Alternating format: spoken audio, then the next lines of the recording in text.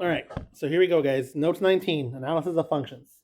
Intervals where the function is increasing or decreasing. Okay, so pretty much this is just math language. All this means is you read a graph left to right. Read a graph left to right, just like you read a book. Unless you're one of those, there is a language that you write right to left or you read right to left. I don't know which one it is. Is it Mandarin or Korean or one of those, or is it top to bottom? You know what I'm talking about? Japanese. Yeah, I don't know which one it is, but you read a book. That's the same way you read a graph, left to right. So that's what this means.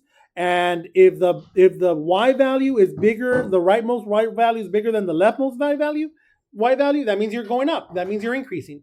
So if you're moving up, you're increasing, and if you're moving down, this is what this means. You read a graph left to right, and if the graph is going down, you're decreasing. That's all that means. Cool or not cool? Okay, the extreme value theorem. It came out one time as a free response, and it got me because I don't think I pushed it enough. All the extreme value theorem says is this: if you're continuous, you have a max and a min. Period. Continuous and on a closed interval. So let me write that down. In plain English, it means continuous on a closed interval, comma, must have max and min. You have to be a closed interval and continuous. That's what the extreme value theorem says. So if you're a closed interval and you're continuous, you must have a max, you must have a min. Does that make sense, guys? We're going to draw some scenarios, and you're just going to tell me if the extreme value theorem applies. So I'm going to say y equals x squared because that's something simple. And I'm going to do the domain between 0 and 2. Notice that I put brackets, and I guess x is a subset like that. Bless you. I think I heard someone sneeze. All right. Between 0 and 2, does the extreme value theorem apply? Yes. This is the absolute min. What's absolute min? The lowest point on the curve. This is your absolute max. The highest point on the curve. See, nothing too crazy. You've been doing this since junior high, so that's why usually kids are pretty good at this. All right, let's do y equals x squared again. But this time my extreme value, this time I'm going to say 0 and then the 2 with a bracket. So now it looks like this. Does my extreme value theorem apply for a minimum? No. No min. No absolute min. It's possible you can have a min, but you don't. Yes, absolute max. You still have a max. And if I have something like this, y equals x squared, and my domain is a subset between 0 and 2. This is my interval. Notice that there's parentheses now on both of them. And it looks like this. Open circle, open circle. Does that have any absolute mins or max? Nope. No absolute min. No absolute max. Okay, then someone's going to tell me, well, what if you get really close to it at x equals 1.999? Then someone else will say, well, what about 1.999999999? Do you guys see what I'm trying to say? So if it looks like this, extreme value theorem does not apply to two of these. Now, guys, that doesn't mean that it cannot have a max or a min. If it were to look like this, so let me do a side note. If you were to have something like this, notice my left endpoint is open and my right endpoint is open. So this one does not have an absolute min, but it does have an absolute max on the interval right there. Absolute max. Even though Chop, but you just told that just means that it's guaranteed. If you have a closed interval and you're continuous, that just means that a max and min are guaranteed. Cool? Okay. They're gonna try and trick you. Well, not AP. AP is not gonna try and trick you.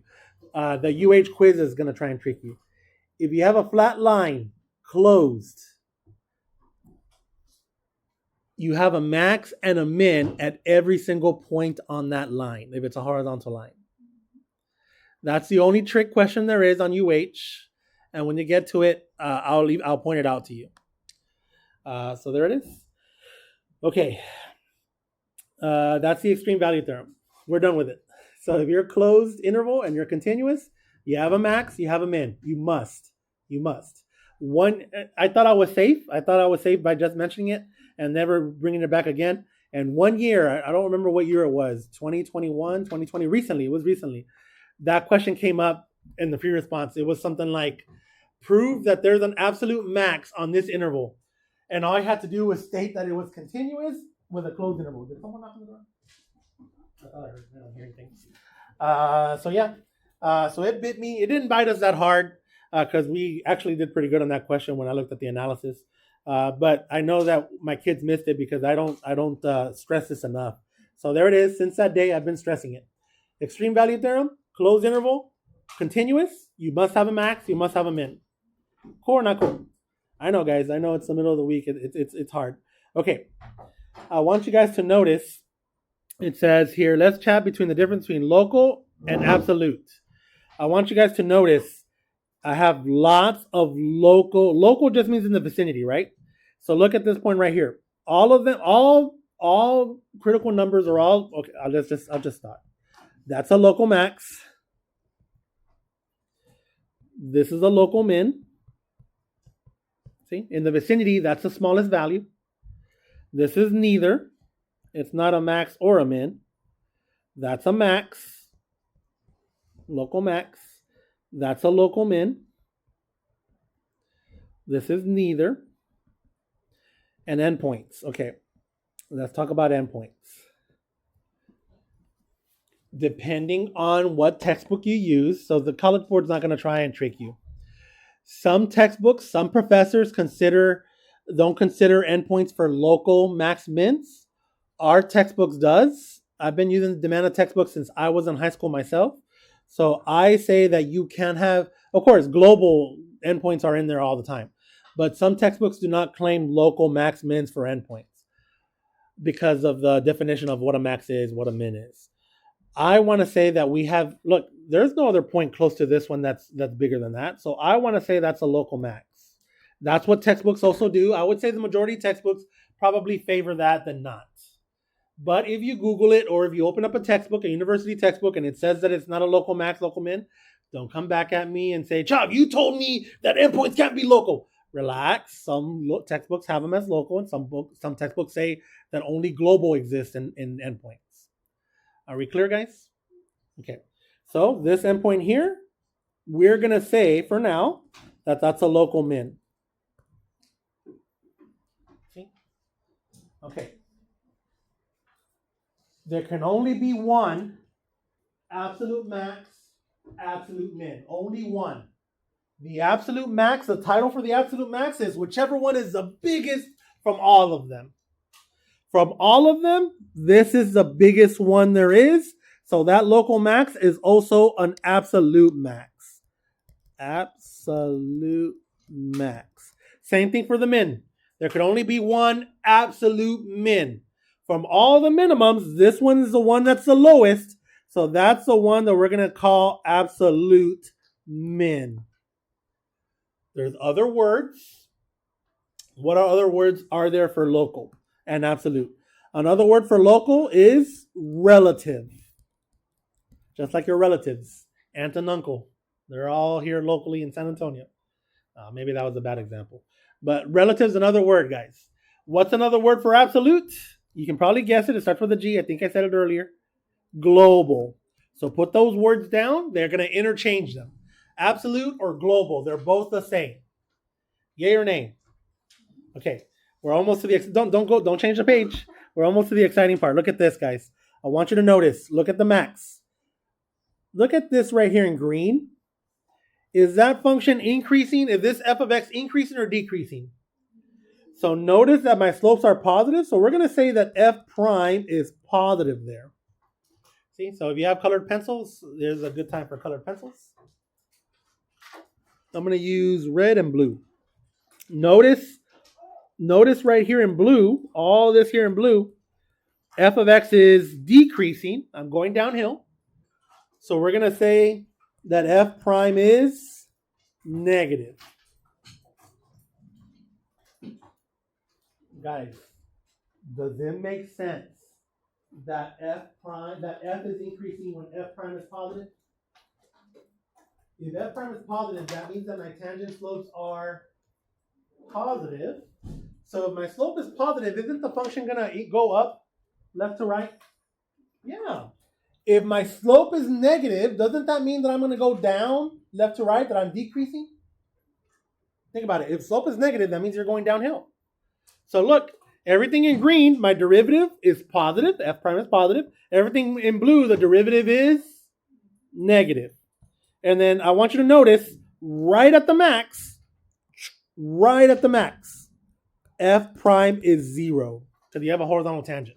Do you guys notice that, guys? Okay. And I'm going to use green for up. Notice, look, this is increasing. So right there, F prime is positive. And then for a moment, just a moment, F prime is 0. And then I continue to increase. F prime positive. Whoa. That was scary. Then we notice for a moment, F prime is undefined. And I should have write equal sign. F prime is undefined. For a moment. Now, there was a professor that was like, don't write equals. Like, all right, professor. And then notice that I start decreasing. This is a nice linear line. F prime is negative. Then again, for a moment, F prime is undefined. And then look, I'm increasing again. Increasing, and then right smack there, F prime is undefined because it's a vertical tangent. And then I'm increasing again. I guess I should not use that color, right? We used purple. F prime is undefined. Right there for that moment. And then again, we're increasing. F prime is positive.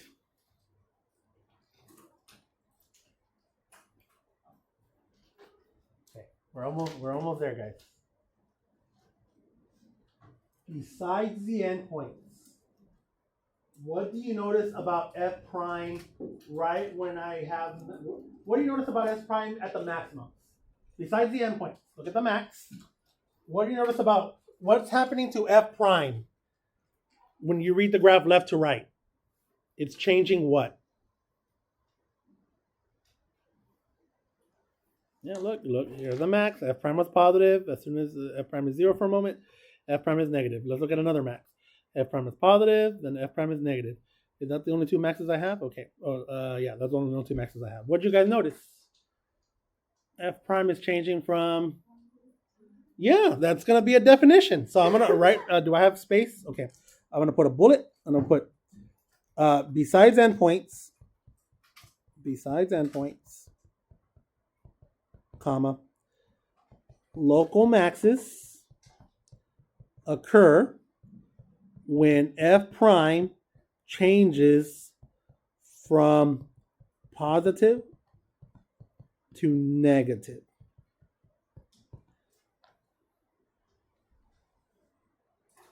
Besides endpoints,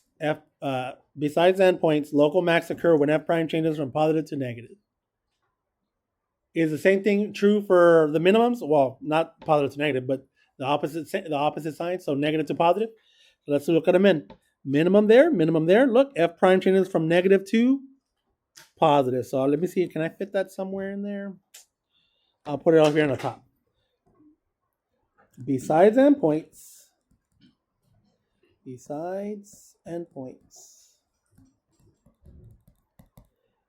local min occur when F prime changes from negative to positive.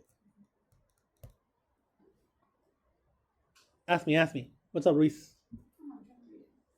Yeah, let me read it for you guys. What I have in the green is besides endpoints, local max occur when F prime changes from positive to negative. What I have in the blue, besides endpoints, local min occurs when F prime changes from negative to positive at that specific point. Oh, I answered the question already. All right, Chav, I see how to visually see max and mins graphically. I've been finding those to do since 7th grade. Where does calculus come in? There's where calculus comes in, the derivative. If the derivative changes signs, something's happening. I either have a max or a min. And that's what we're going to, so today your delta is going to be pretty simple because half of it is like, what's a max? What's a min? Okay. So notice that we found possible candidates whenever the derivative is 0 or undefined. So that is the definition of a critical point. So what's a critical point? Whenever the derivative is either 0 or undefined, does not exist. Chav, what are you talking about? Look, you don't have to come back and forth. I just want you to look at this picture here. See, look, guys, all my max and mins occurred. Look at that point. That's a max. The derivative is 0. That's a min. The derivative is 0. That was neither. That's undefined, the derivative, but notice I still have a max. That, the derivative is undefined. I still have a min. Neither, and well, don't worry about the endpoint. That's a special case. Do you guys see what's going on? So what do we call those?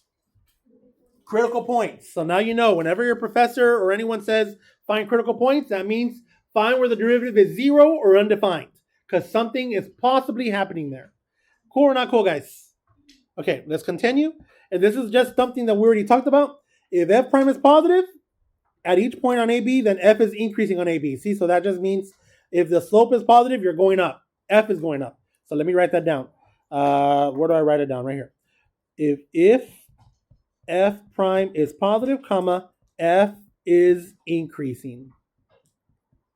Yeah, makes sense. If f is positive, if f prime is positive, f is increasing.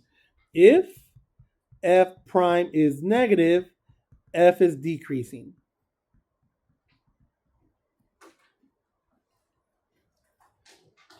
Okay, guys, do we know the difference between positive, negative, increasing, decreasing? I think we do, but just in case. Delta math will cover that for me because that's one of the topics about when is it positive, when is it negative. If you just have a curve, let me see.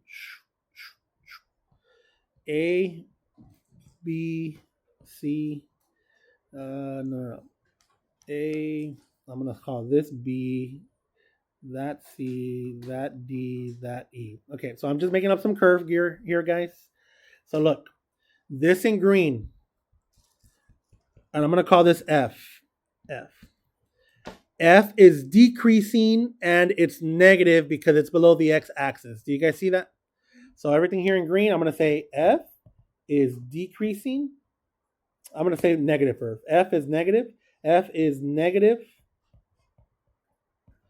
and decreasing. Decreasing. Okay, now let me go ahead and write this in red.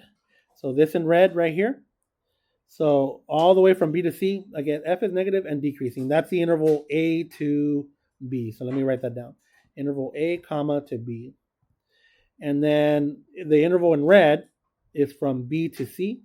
B to C. Notice I'm putting parentheses. I'm going to say F is negative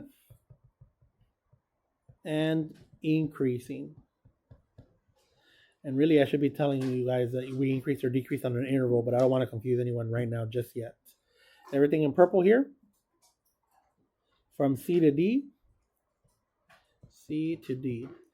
F is positive and increasing. And then finally, do I have another color? Black. From D to E. D to E. F is positive and decreasing. Okay. Ooh, that was hard. Sorry, guys. I got to think of all these little things because maybe we don't know. I'm doing what you guys told me to do to cover the algebra, so I'm covering it. So, okay. All right, here we go. Number 1, it says this is called the first derivative test for local extrema at critical point C. So f prime changes from positive to negative at C. So I'm going to do 2 different scenarios. So f prime changes from positive to negative. So here it is. I'm going to call this C. F prime changes from positive to negative. So there it is. F prime is positive to the left of that. F prime is negative to the right of that. Let's do one more scenario. I'm going to do a nice curve like this, positive, and then I'm going to stop abruptly, and I'm going to do boop, undefined. So there it is. F prime is positive, F prime is negative at C. So there it is. If F prime changes from positive to negative, that's how it's going to look. It doesn't have to look exactly like that. It could have, I guess, let me draw one more graph. It could have gone like this. See? Look at all these different graphs. F prime positive, F prime negative. I'm trying to think of all the different scenarios, guys, for you. Are we okay so far? Okay. Let's go to the next one, guys. Switch the page to number 2. You don't have to be perfect when drawing the graphs, guys. You don't have to be perfect. Number 2 says F prime changes from negative to positive at C. All right, so here's my graph. I'm gonna do a parabola. Here's C. F prime is negative. F prime is positive. Let's see, what else can I do? I'm gonna do concave down, so I'm gonna go like a little birdie.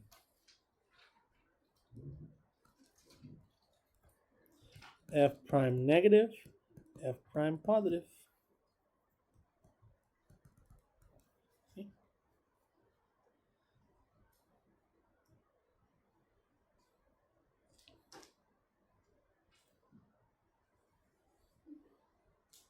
We're okay so far? Okay. F prime does not change signs. Okay, well, if it doesn't change signs, that means I have something like this, guys. There's my axis. Come on, buddy.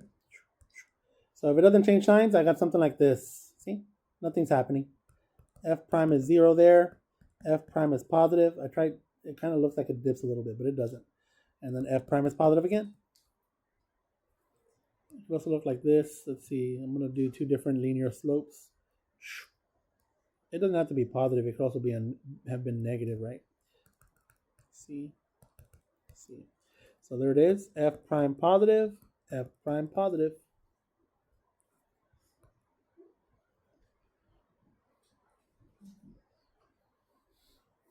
Make sure you get some sleep, guys, because it's hard to, if you're not sleeping at all, it's going to be so hard to take any of this in. So make sure you get some sleep.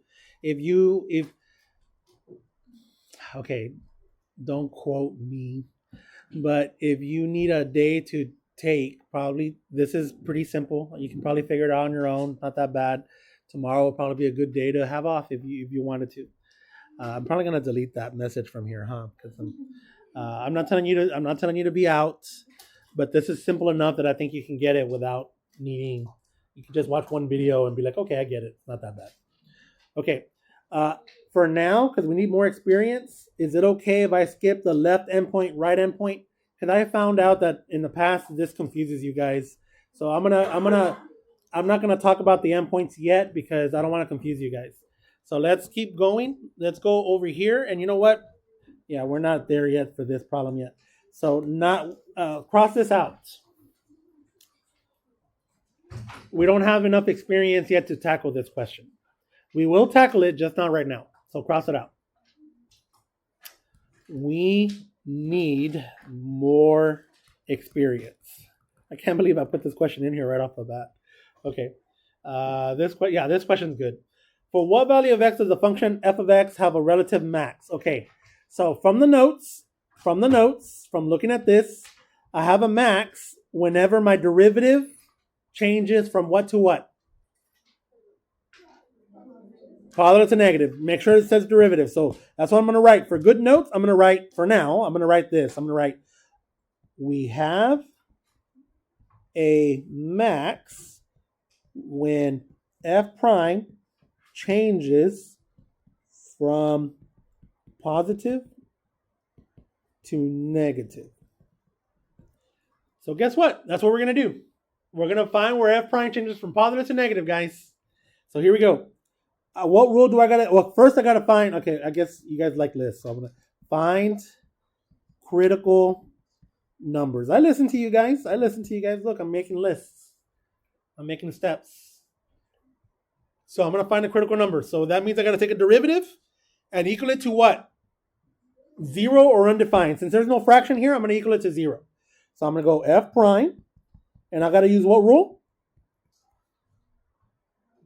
Product in combination with chain. First times the root of the second, 2x minus 3 close to the power 1 times 1, plus second times the root of the first, which is 1. You're done. Well, you're almost done with calculus. Now it's just algebra. I look at it. This is a product. This is I'm multiplying by 1. I guess it's a product. I can factor out an x minus 3. Big parenthesis, x minus 3. If I factor out an x minus 3, you're going to have 2x minus 4. And I'll slow down. Plus one of these x minus 3's gets out, x minus 3. So here is my algebra. X minus 3, 2x plus x, that's a 3x.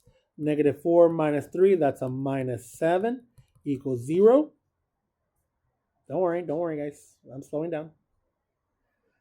The only way this will be 0 is if x equals 3 or if x equals 7/3. Just because you see 7/3 in there and you don't see a positive 3 doesn't mean that 7/3 is just the answer right off the bat. It probably is, though. I should have added more. I should have added a positive 3. Okay, I don't see any errors. I think we're good. I'm going to draw a sign chart. I'm going to say that's f prime, and I'm going to put, I'm going to put 7/3, and I'm going to put 3. 7/3 is smaller than 3, right? Because 9/3 would have been 3.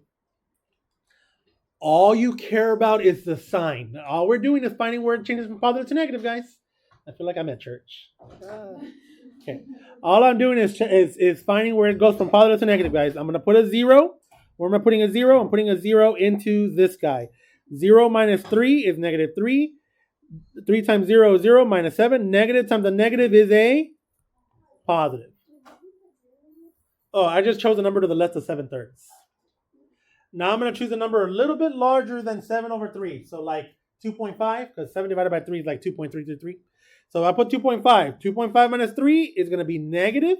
3 times 2.5 is going to be a number larger a little bit than 7. Do you guys see that? Because 3 times 2 is 6. So 3 times 2.5 is going to be a little bit larger than 7. So that's positive. So negative times a positive is a negative. And if I choose a number like 5, 5 minus 3 is positive. 5 times 3 is positive. 5 times 3 is 15. 15 minus 7 is positive. Positive times a positive is a positive. Okay. What do they want? Where do I have a max? At positive 7/3. So I'm going to write, where do I have a min? 3. So I'm going to write x equals 7/3 is where we have, where we have a max. And then x equals 3 is where f of x is a min. And I should have labeled it that is where, instead of saying we, put f of x, is where f of x has, don't worry guys, it's not a big mistake. X equals 7/3 is where f of x has the max. X equals 3 is where f of x has the min. There it is. There's the answer. How do we feel, guys? Do we feel okay? By the way, what is this test called?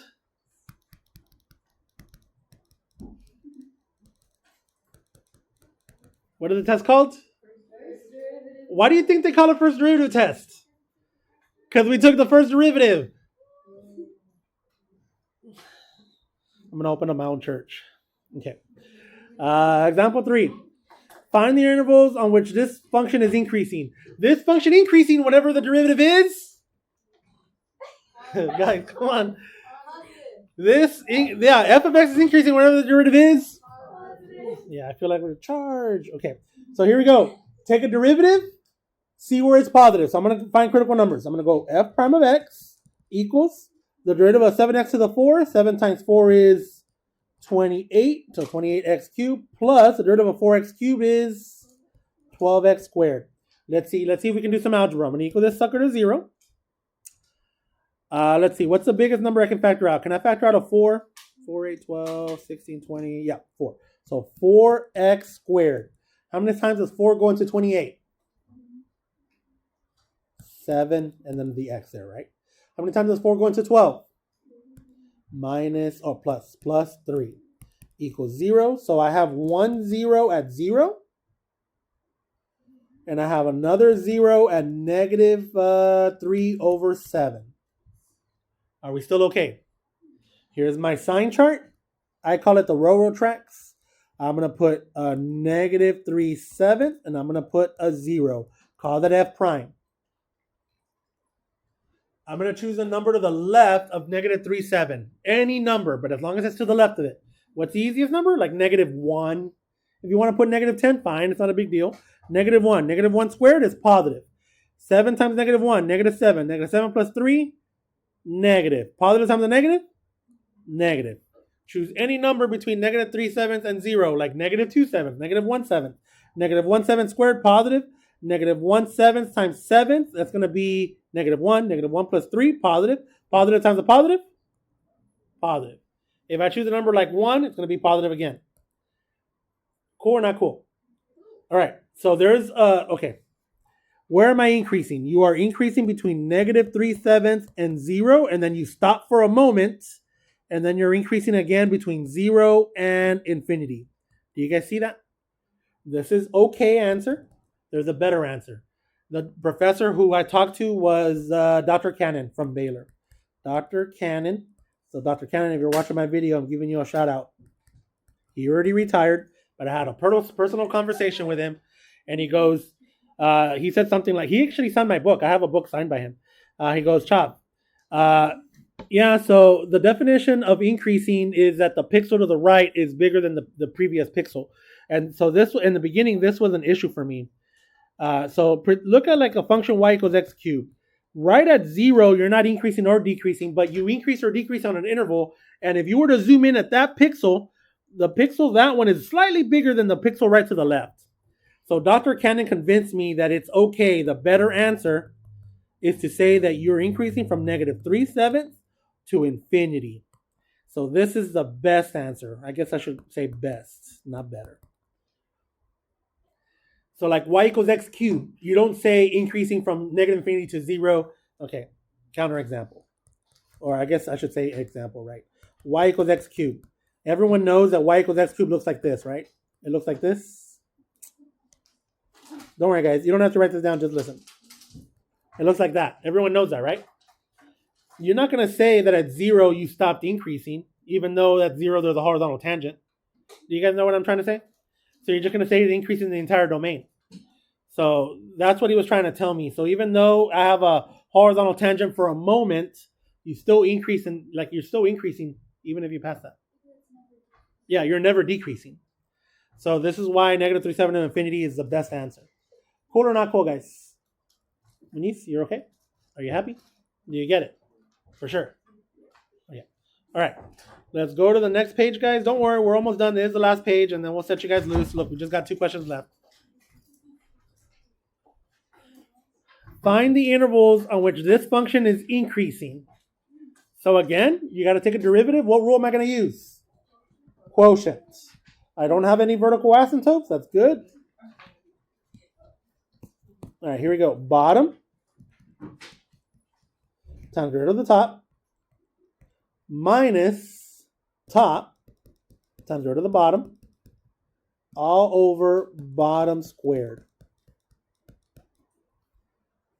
I don't see any issues. I'm going to equal this sucker to 0 to find my critical numbers. Let's see. Bottom times root of the top minus top times root of the bottom. I'm going to factor out 6. So let's see. If I factor out a 6, then I'm going to have x squared plus 49 minus 2x squared. And I still have x squared plus 49. And I'm going to slow down.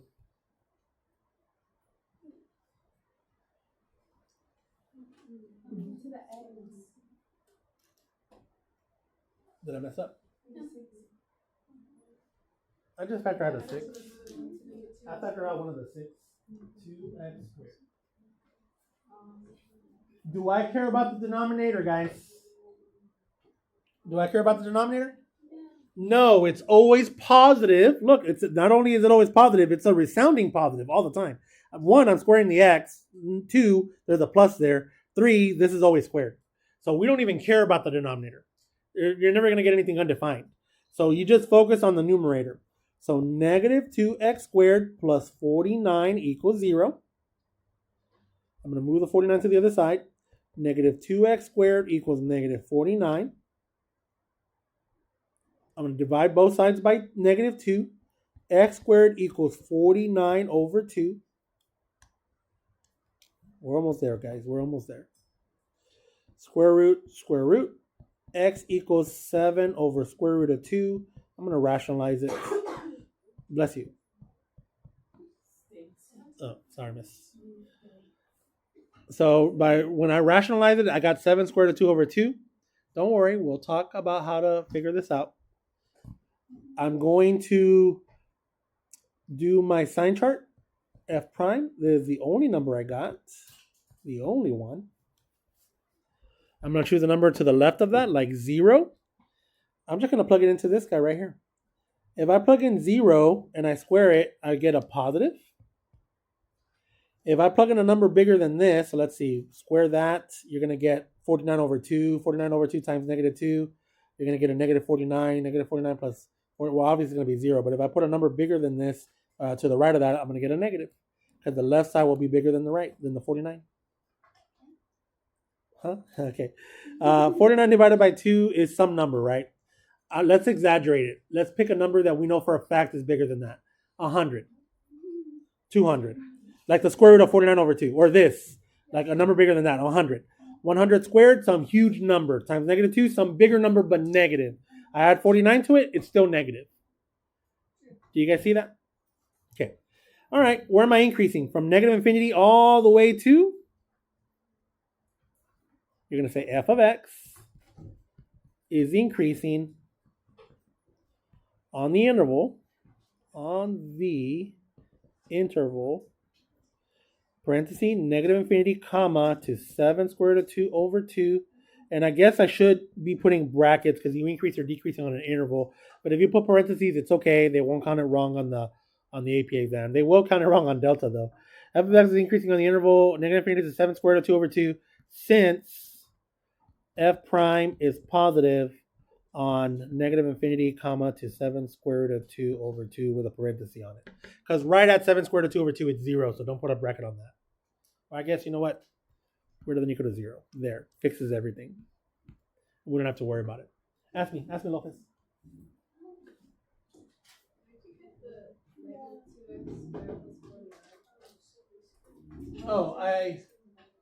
Dang it. How come no one stopped me, guys? X squared, it makes life even simpler. X squared minus 2x squared, relax. It's not a hard fix.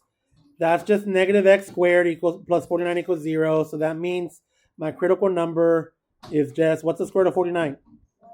So there it is. You don't have to you can just scratch out those. Look, you don't even have to erase anything. You just scratch it out. There. Look, just scratch out the square root of 2 over 2. See, you don't have to erase anything. It's just 7. Okay, I'll make sure to put a big caution sign on my YouTube video before hitting that. You know. I love the caution sign. Okay. If you get one thing and one thing only today, it's example 5. If you can read example 5, or if you can answer example 5, then you are in good shape. Right. Use the graph of the function f below to estimate where f prime is 0, positive, and negative. Okay. Here's f. Where is f prime 0? Perfect. At negative 1, you have a horizontal tangent, and at 1, you have a horizontal tangent. All right, f prime is 0 at x equals negative 1, comma, and 1. You could also just say f prime of x equals 0 at x equals negative 1 and x equals 1 if you wanted to look more formal. Can we do that? Silali, ask me. Oh, that's an at symbol. Okay. Unless you were talking about another symbol, and I just assumed it was that one. All right. Where is it positive? From negative infinity to -1, and then again where? Okay, there it is. So f prime is positive on the intervals